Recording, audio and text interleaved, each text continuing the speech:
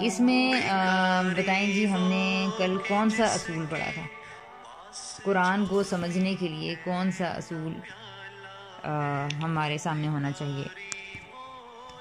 میم ہم نے جو پہلا اصول پڑھا تھا، ایک ہی کل ہم نے ڈسکس کیا تھا کہ ہم نے شک میں نہیں رہنا، یقین حاصل کرنا ہمارا حق ہے اور ہم نے یقین حاصل کرنے کی کوشش کی۔ اچھا، ہے کہ ہم لوگ اللہ تعالیٰ کی بات ہے اس کے بارے میں یقین حاصل کریں گے، ٹھیک ہے، صحیح ہے۔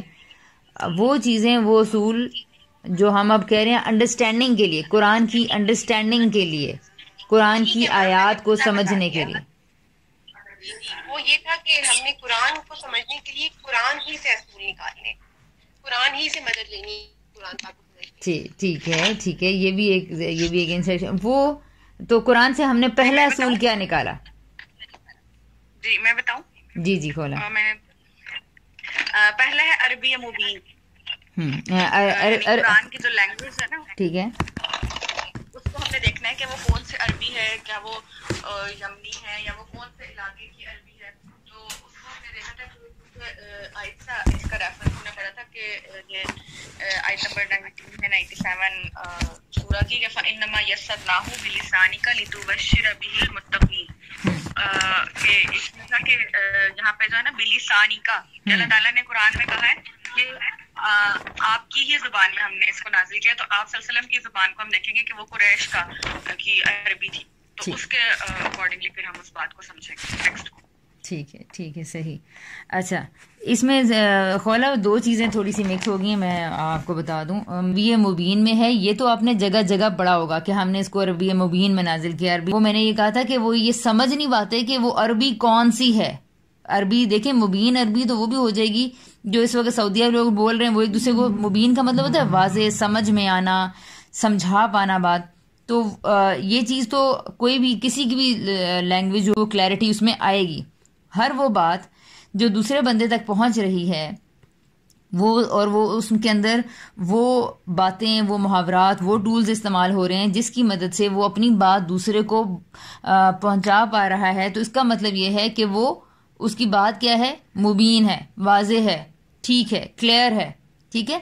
اچھا، تو عربی مبین الگ پوائنٹ ہے، پہلا پوائنٹ، ہاں جی، عربی مولا، کیونکہ مولا ورڈ مشکل تھا تو میں نے اس لیے مولا ورڈ یوز نہیں کیا تھا، لیکن میں نے اس کے لیے سمپل سا ورڈ بتا دیا تھا کہ قبیلہ قریش کی جو عربی تھی، ٹھیک ہے، ان کا جو لہجہ تھا، ہاں ٹھیک ہے نا۔ میں وہ اسی لیے کہہ رہی ہوں کہ آپ ہیڈنگ کو اور جو اس کے اندر کا کنٹینٹ ہے اس کو تھوڑا سا ایک دفعہ ریوائز کر لیں۔ یہ کیا چیز ہے؟ عربی مولا ہیڈنگ ہے نا؟ ہاں، عربی مولا ہیڈنگ ہے، بالکل ٹھیک ہے۔ اور اس کے بعد پھر اس کی ڈیٹیل یہ ہے کہ قبیلے قریش کی جو زبان ہے، ہاں جو رسول اکرم بالکل، صلی اللہ علیہ وسلم کے قبیلے کی زبان ہے، بالکل صحیح ہے۔ تو یہ چیزیں کس طرح آپ لوگوں کو قرآن کی انڈرسٹینڈنگ میں فائدہ دینا شروع کر دیں گے، لیکن فائدہ ظاہر تبھی دیں گی جب آپ لوگوں کا اپنا دماغ اس چیز کے اندر شامل ہوگا، کیونکہ مثال کے طور پہ حلوہ اگر کوئی کسی نے بنایا ہے بہت اچھا، اس میں میوے بھی ڈال دیے اور اس کو بنا بھی دیا اور اس میں خوشبو بھی ڈال دی ہے، چاندی کے ورک بھی لگا دیا، رکھ بھی دیے، چمچ بھی دے دیے، کھلا بھی چلے منہ میں دیے، ڈال دیا ہے، تو لیکن اس کے بعد اس کے ٹیسٹ کو فیل کرنا، اس کو چبانا اور اس کو ہضم کرنا، بہرحال وہ کام ہے جو ہمیں خود ہی کرنا ہے، ٹھیک ہے نا۔ تو وہ کام کوئی دوسرا آپ کے لیے نہیں کر سکتا، اس لیے استاد صرف ایک ہی حد تک بس علم دیتا ہے، باقی بہت سارا کام تو ایک طالب علم کے اپنے اوپر ہوتا ہے، چاہے وہ کتابیں کھول کے کرنا چاہتا ہے تو ٹھیک ہے، وہ غور و فکر کرنا چاہتا ہے تو بھی ٹھیک ہے، وہ جس بھی درجے کا طالب ہے، لیکن اس درجے کی محنت تو کم از کم اس کو کرنی ہی چاہیے۔ اگر اس کو موٹی موٹی کتابیں نہیں سمجھ میں آتی، چلیں سادہ قرآن ہوگا تو بس اس کے سادہ ترجمے پہ غور کرنا شروع کر دے، بس کچھ نہ کچھ سوچنا ہے، لیکن بس صرف یہ نہیں کرنا کہ جو اللہ تعالیٰ نے کہا ہے کہ گونگوں اور بہروں کی طرح میری آیات پہ گر پڑتے ہیں، مثلا ابھی رمضان آئے گا اور سارے لوگ یہ بتا رہے ہوں گے کہ ہم نے 6 قرآن ختم کیے، ہم نے 4 ختم کیے، یا میرا اتنے رکوع ہو گئے اور اتنے ہو گئے، اور ہم یہ سوچیں گے بھی نہیں کہ مجھے اتنی 20 آیات میں نے گزار دی اور مجھے تو ان کا میننگ ہی نہیں سمجھ میں آیا، مجھے تو پتہ ہی نہیں چلا تھا یہ بات کیا کہی جا رہی ہے، یہ اللہ تعالیٰ اس بات میں کیا کہہ رہے ہیں، ٹھیک ہے۔ تو یہ بس یہ چیز نہیں ہونی چاہیے، باقی ایک غور و فکر، ایک سوچ، ایک سوال، یہ چیزیں ہوتی رہنے چاہیے، تو اٹ مینس ٹھیک ہے۔ اچھا، تو اس کے اندر اس کو ہم ریوائز کرتے ہیں کہ یہ ام القرا کی عربی میں نازل ہوا، ام القرا یعنی مکہ کا ہے، اس کو ام القرا کہتے ہیں۔ تو یہ ام القرا کیونکہ نبی اکرم صلی اللہ علیہ وسلم کہاں پر آئے؟ ام القرا، مکہ کی وادی میں آئے تھے، اور وہاں پر قبیلہ قریش کی جو زبان تھی عربی معلّہ، جو کہ اس دور جاہلیت میں قبیلہ قریش کے لوگ بولتے تھے، ٹھیک ہے، یہ قرآن اس زبان میں نازل ہوا ہے۔ اچھا، اس کے اوپر تھوڑے سے عقلی سوالات بھی اٹھنے چاہیے اس پوائنٹ کے اوپر، اگر اس کو سمجھنے میں دقت ہو۔ وہ یہ کہ اگر مطلب اس بات کو ہم نگیٹ کر دیں تو پھر قرآن اتمام حجت کیسے کر سکتا ہے؟ مثلا اگر میں نے آپ سے بات کرنی ہے اور میں نے آپ لوگوں سے کو بات سمجھانی ہے مثال کے طور پر، تو میں نے کہا تھا نا کہ کیا یہاں پر بیٹھ کر میں اسپینش بولنا شروع کر دوں گی؟ Not at all. یا پھر میں اردو ہی بولوں، لیکن کیا میں ایسی اردو بولنا شروع کر دوں گی مثال کے طور پر پوٹوہاری ہے یا کوہاٹی ہے، یا میں کوئی ایسی بولنا شروع کر دوں گی؟ ہو سکتا ہے آپ کو وہ والی اردو 50% سمجھ میں آئے لیکن 50% نہ آئے، لیکن اگر مقصد یہ ہے کہ بات سمجھانی ہے اور ان کو لازمی طور پر یا یہ بتانا ہے کہ آخرت کا دن آنے والا ہے اور تم نے اس رسول کی بات ماننی ہے، تو اس کو رسول کی دعوت پہ یا تو تمہیں لبیک کہنا ہے اور اس کا ساتھی بننا ہے، اور یا پھر تمہیں اگر تم لوگ انکار کرو گے تو تمہارے لیے آخرت میں عذاب ہے۔ تو لازمی طور سے یہ دیکھنا ہے کہ بات سمجھانے کے لیے وہی زبان ہونی چاہیے جو ان کو سمجھ میں آتی ہے، ٹھیک ہے۔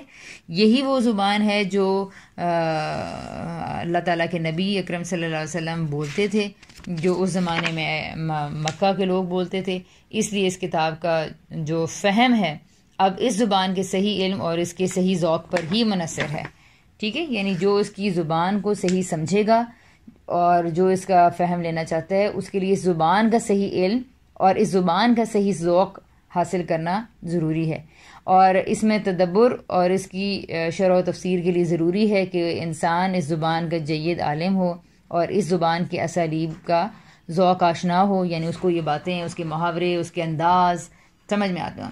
جیسے مثال کے طور پر اگر مجھے کوئی اچھا سا پھول نظر آتا ہے تو میں کہہ دوں تو بس آپ سارے لوگ جانتے ہوں گے، آپ لوگ یہ نہیں کہیں گے کہ کہاں اس پھول کی تعریف کی گئی ہے، اور یہ نہیں کہیں گے کہ دیکھو اس کو تو پسند ہی نہیں آیا، کیوں اس نے کچھ کہا منہ سے؟ نہیں، کچھ بھی نہیں کہا، نہیں، آپ بس اس ہوں کو سمجھتے ہیں، یو نو اٹ، ٹھیک ہے۔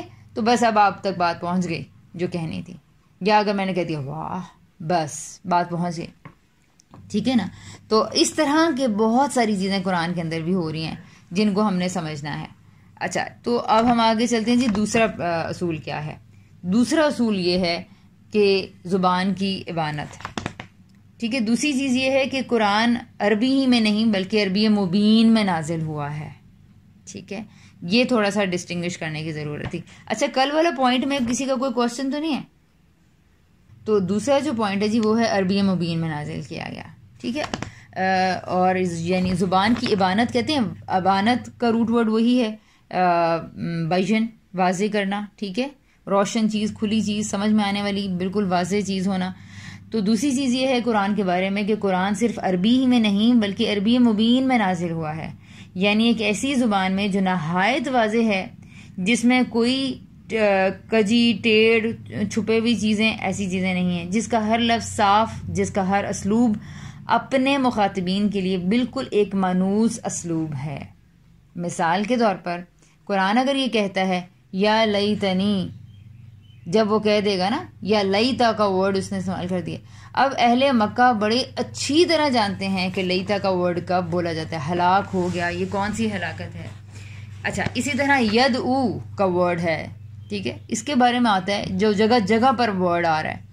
قرآن نے وہ لفظ اٹھایا ہے، مثال کے طور پر اگر میں کسی چیز کی طرف میں نے توجہ دلانی ہے تو ٹھیک ہے، تو ہم اپنی زبان کا کوئی ایسا لفظ اٹھائیں گے جو سب سے زیادہ مؤثر ہوگا، اور مثال کے طور پر اگر ہم کسی بہت ہی خطرے والی چیز سے روکنا چاہ رہے ہیں تو اس میں اور سٹریس ڈالتے ہیں۔ اچھا، پھر اس کے بعد میں کہہ رہی ہوں کہ میں نے تمہیں سمجھایا ہے نا کہ اپنا وقت ضائع نہیں کرو، نقصان اٹھاؤ گے۔ پھر اس کے بعد پیپر قریب آ رہے ہیں، اب میں کہہ رہی ہوں میں نے آپ کو کتنی بار خبردار کیا ہے، میں نے آپ کو خبردار نہیں کیا تھا کیا؟ میں نے آپ کو خبردار نہیں کیا تھا؟ اب ایک ہی جملہ ہے، ایک ہی بات ہے، لیکن اس کے اندر آپ دیکھیں کہ کس طرح سے شیڈز ایڈ ہوتے جا رہے ہیں، کس طرح سے شیڈز ایڈ ہوتے جا رہے ہیں اپنی بات کو مؤثر بنانے کے لیے، اپنی بات کو دوسرے تک کنوے کرنے کے لیے۔ اور پھر اب ہو سکتا ہے ایک وقت آئے اور میں کہہ دوں میں نے تو تمہیں سب کچھ بتا دیا تھا، ٹھیک ہے. تو یوں ہم بات کرتے ہیں, یوں ہم اپنی باتوں کے اندر سٹریس اور زور اور طاقت پیدا کرتے ہیں تاکہ دوسرا بندہ یعنی میرا مخاطب بات کو اچھی طریقے سے سمجھے. تو اسی طرح اللہ تعالیٰ کے اور نبی اکرم صلی اللہ علیہ وسلم کے جو فرسٹ ہینڈ مخاطبین تھے قریش مکہ کے لیے اللہ تعالیٰ نے عربی مبین کو اختیار کیا, ایسے واضح اسالیب اختیار کیے, ایسے واضح اسالیب سمجھ رہے ہیں نا, یہی اس اسالیب جو اسلوب جو ابھی میں نے کہا ہے نا کہ ایک سادہ جملہ ہوتا ہے اور ایک جملے میں آپ نے کہا کہ کہا نہیں تھا میں نے, تو اب یہ میں نے اس میں ایک اسلوب ایڈ کر دیا ہے سٹریس کا, ٹھیک ہے نا. تو اس طرح یہ ایسے واضح مانوس اسلوب اختیار کیے. وہ لوگ جنگ میں کوئی قبیلے کے لوگ اپنے لڑتے ہوئے کسی کے اوپر حملہ ہو جاتا تھا تو وہ اپنے ساتھیوں کو یا اپنی ٹیم کو بلاتے تھے ڈیفینڈ کرنے کے لیے یا اس کو ایک طرح کا مطلب سیفٹی حاصل کرنے کے لیے, تو وہ دعا کا ورڈ استعمال کرتے تھے, ٹھیک ہے. تو اب یہاں پر قرآن نے ورڈ استعمال کیا ہے کہ جب تم لوگ جہنم میں پہنچو گے تو یدعو ثبورا, تم لوگ وہاں پر اپنی ہلاکت کو پکارو گے. تو وہ دعا کا ورڈ جو وہ لوگ اپنی آخری درجے کی حفاظت کے لیے پکارتے تھے اور خطرے میں استعمال کیا کرتے تھے, اللہ تعالیٰ نے دعا کا وہی وہ ورڈ اٹھایا اور اس کو کہا کہ تم لوگوں شاید سمجھ رہے ہو کہ آخرت کوئی کھیل مذاق ہے, تم لوگوں کو یہاں پر جیتے جیتے ایسے لگ رہا ہے کہ بس تم یہاں جیتے ہی رہ جاؤ گے اور مرنے کے بعد دوبارہ اٹھو گے نہیں. ایسی بات نہیں ہے, تم لوگ ضرور میرے پاس آؤ گے اور ضرور وہاں پہنچو گے, اور وہاں پہنچو گے تو تم لوگوں کی حالت یہ ہوگی کہ تم لوگ اپنی ہلاکت کو پکارے گا, اتنا وہاں پہ شدید عذاب ہے. تو یہ جو یدعو کا ورڈ استعمال کیا تو اس طرح قرآن ان کو ایک ایک لفظ ایک ایک انداز وہ تھا ٹک جاتا تھا. پھر سوال یہ پیدا ہوتا ہے کہ اگر اتنی عربی مبین تھی تو وہ لوگ باز کیوں نہ مانے. تو انسان سرکشی میں, تکبر میں, ضد میں بات سمجھ آ بھی جائے تو نہیں مانتا, ٹھیک ہے, کیونکہ ہم اپنے آپ کو نیچا نہیں کرنا چاہتے. شیطان کو بھی بات سمجھ میں آ گئی تھی لیکن کہا کہ انا خیر منہ, میں دوسرے سے بہتر ہوں. تو یہ جو انانیت کا جذبہ ہے ہمارے اندر اور بڑائی کا اور تکبر کا, تو یہ انسان کو حق بات قبول کرنے سے روک دیتا ہے. ٹھیک ہے جی, تو آگے چلتے ہیں. پھر ہے جی انٹروڈکشن آف قرآن, انشاءاللہ چلیں اس کو ہم پھر اب نیکسٹ ویک میں دیکھیں گے, کیونکہ مجھے خولا نے کہا تھا کہ انٹروڈکشن آف قرآن کے بارے میں بتائیں. تو یہ میں نے اس کے لیے ہم نے انٹروڈکشن کہاں سے لی ہے, اللہ تعالیٰ نے خود بتایا ہے. میں ایک لائن میں بتا دیتی ہوں کہ وَلَقَدْ آتَيْنَاكَ سَبْعًا مِنَ الْمَثَانِي, ہم نے یہ قرآن تمہیں دیا ہے 7 دو کی طرح کی چیزوں میں دیا ہے, یعنی والقرآن العظیم, یعنی کہ قرآن عظیم. اور اس پہ تو خولا کو یاد ہوگا, یہ میں نے قرآن اور احسان میں, بلکہ جن لوگوں نے بھی وہ اٹینڈ کیا ہوا ہے ان کو پتہ ہی ہوگی یہ بات, ٹھیک ہے, کہ یہ کیا ہے. تو میں اس کی آپ کو ڈپکشن دکھاتی ہوں کہ کس طرح سے ہے. مثانی 2 پکچر نمبر 1 میں آپ کو یہ رسیاں سی نظر آ رہی ہیں, ٹھیک ہے. تو مثانی مسنا سے ہے, تسنیہ والا جو ہوتا ہے نا 2 ٹھیک ہے. تو وہ 2 یعنی جیسے میں نے آپ کو بتایا تھا کہ ہر صورت جوڑا ہے, ٹھیک ہے. تو اسی طرح اللہ تعالیٰ کہہ رہے ہیں کہ یہ جو 2 ہے نا مثانی ہیں, یہ کتنے ہیں 7 ہیں, 7 چیپٹرز ہیں, ٹھیک ہے. اچھا یہ دیکھیں دوسری پکچر میں آپ دیکھیں 2 کر کے, یعنی کہ فرسٹ باکس اور second box, first box second box, اور پھر یہ جو ایک ڈارک موٹی لائن نظر آ رہی ہے, کلرڈ پکچر میں یہاں پہ نہیں ایڈ کر سکی. تو یہ جو موٹی لائن ہے یہ ایک چیپٹر کے ختم ہونے کی طرف بتا رہی ہے کہ اس طرح یعنی 2 چیزیں ہیں, یعنی کہ صورتیں جوڑا ہیں. اور یہ کتنے, ان کو الگ کیا کرتا ہے, ان کو 7 چیپٹرز میں پھر تقسیم کیا جاتا ہے, ٹھیک ہے. تو وَلَقَدْ آتَيْنَاكَ, اور یہ دیکھیں مثانی ورڈ آ گیا. اور کتنے ہیں مثانی یعنی 2 چیزیں کتنی ہیں, 7 کو کہتے ہیں. تو میں نے اے پیغمبر تمہیں 7 جوڑا چیزیں عطا کی ہیں, اور وہ کیا ہے, واو یعنی کہ والقرآن العظیم, یعنی کہ قرآن عظیم ہم نے آپ کو عطا کیا ہے, ٹھیک ہے. اس سورہ کو نکال کے دیکھیے گا, اس کا محل میں بھی آپ اس کو دیکھ سکتے ہیں, کانٹیکسٹ میں دیکھ سکتے ہیں, تو آپ کو اس کا انٹروڈکشن مزید واضح ہوئے گا. اچھا بھئی اس کا انٹروڈکشن کہ وہ 7 چیپٹرز کس طرح سے ہیں. تو پہلا فاتحہ سے سٹارٹ ہوتا ہے, مائدہ پہ ختم ہوتا ہے, اور ہر بارے میں باب کے بارے میں یہ بات ہونی چاہیے کہ وہ ایک یا ایک سے زائد مکی سورہ سے شروع ہوتا ہے اور ایک یا ایک سے زائد مدنی سورہ پہ ختم ہوتا ہے.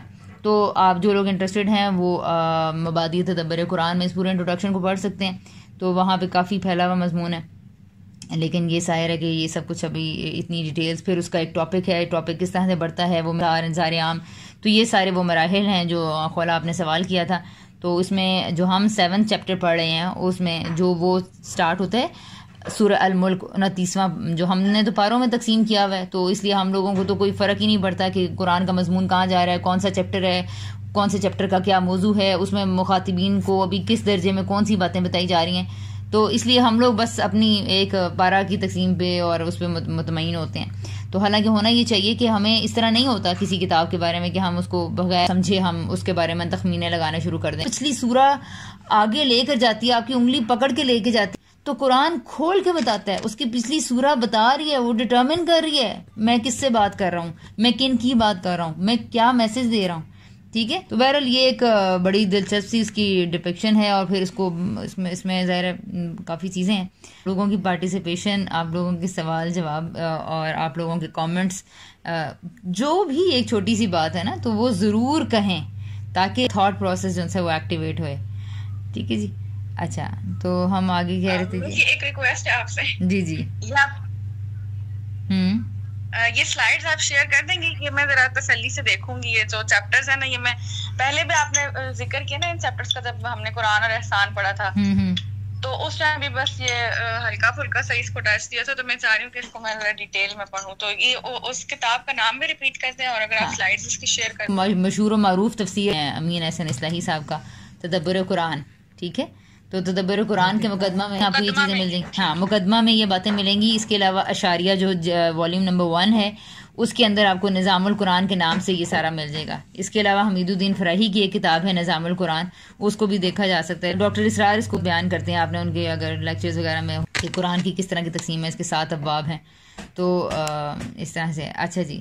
تو سورہ المرسلات، یہ جو بھی آپ نے ساری چیزیں بتائی ہیں کہ یہ تدبر قرآن میں جہاں پر جو جن چیزوں کا ذکر کیا آپ نے، کیا آپ ٹیکسٹ پہ بتا سکتی ہیں یا دوبارہ بتا دیں؟ میں لکھنا چاہ رہی ہوں. نام آپ بتائیں کہ وہ تدبر قرآن توضیحی اشاریہ، جس میں سب کچھ بتایا گیا کہ چیزیں کہاں سے لی گئی ہیں. یہ چونکہ پوری تفسیر کا ایک طرح کا انڈیکس ہے.